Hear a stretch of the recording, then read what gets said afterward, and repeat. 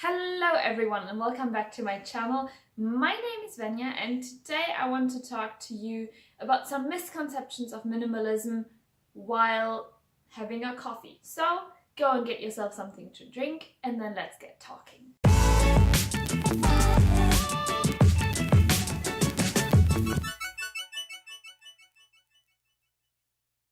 The first misconception some people have about minimalism or being a minimalist is that you have to own a certain number of items to be one. For myself, I recently made a video about how many items I own and I was quite surprised at how low the number was actually. But since then, and I think it's only been 2 weeks or so, I have added things to my life because it was my birthday and I got some gifts, and all of these items were incredibly thoughtful of the people who gave them to me. I really love every single one of them and I wouldn't declutter them from my life for anything. Just because people really put thought into it, and I am going to use, or I have already used, all of them.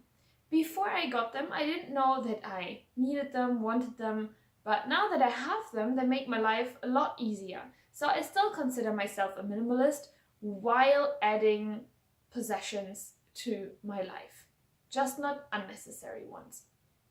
Once you move into a permanent home, it just happens that things accumulate, and I don't mean that in a bad way or that unnecessary stuff clutters up your space, but there are just things that you buy and that are in your cupboards, in your closet. They sit there, you don't need them every day, but when you need them, you really need them. What I think of first are tools like a hammer and a screwdriver and all of these little things, and I don't want to be running to the shop to get all these things in the moment that I need it, but I want to have these things available for me in my life so I can just use them whenever I want. So it is just not realistic for a person with a permanent home and a 9-to-5 job to live with only 100 items or so for a long period of time.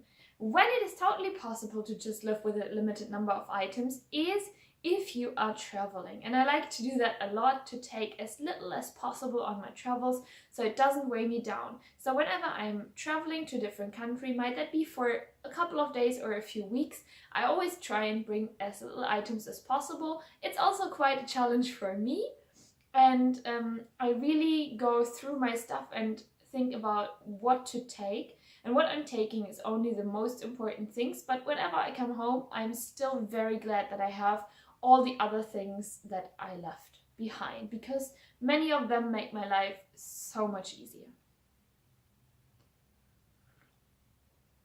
The second misconception about minimalism is that minimalism doesn't involve color, concerning your interior decoration, your clothes, etc. While this is not a rule, this is something that happens quite often in the minimalist movement, is that people tend to decolor their life. If you scroll through Pinterest pages of minimalism inspiration for interior decorations, you come across white rooms with clear lines, empty spaces, and maybe some plants in them, gray colors, pastel colors, which are looking lovely. I have to say that I always stand there and admire people who have rooms like that. But at the same time, it is not realistic for me to just decolor my life completely. I just love bright things in my life and they make me very, very happy. So as a minimalist, you can include color. And while that means that not everything in your room or your flat really matches all the time, it still brings out your personality and what you value in life. So I think it is important to say that not every minimalist rejects color per se. And of course, these pastel colors are also colors, but what I'm talking about is that like bright red, yellow things, like flowers. The third misconception that people have, and you see I have to giggle about that because this is so not true sometimes, but not all the time, is that minimalists are tidy and keep their things clean and organized all the time. Well, I have to say that I became a lot tidier and more organized when I embarked on this minimalist journey. I still have to say that I still clutter up my place quite a lot whenever I have the possibility to, or whenever I'm too busy to put away things. I taught myself some strategies on how to keep my room and my environment nice and tidy, but there are some areas in my life where I just cannot get around to it, and I clutter up my room regularly. I've shown you this in several videos, but that is okay. Sometimes you just don't have the time to put things back in their place, but then you do it when you have the time. So minimalists are not always tidy and clean. Owning less items definitely helps that problem, but it does not prevent it completely. And finally, the fourth thing is, it's not only a misconception, but it's also kind of a thing that I started observing with many people who embarked on this minimalist lifestyle, is that they tend to follow it because of the sake of minimalism itself. So people start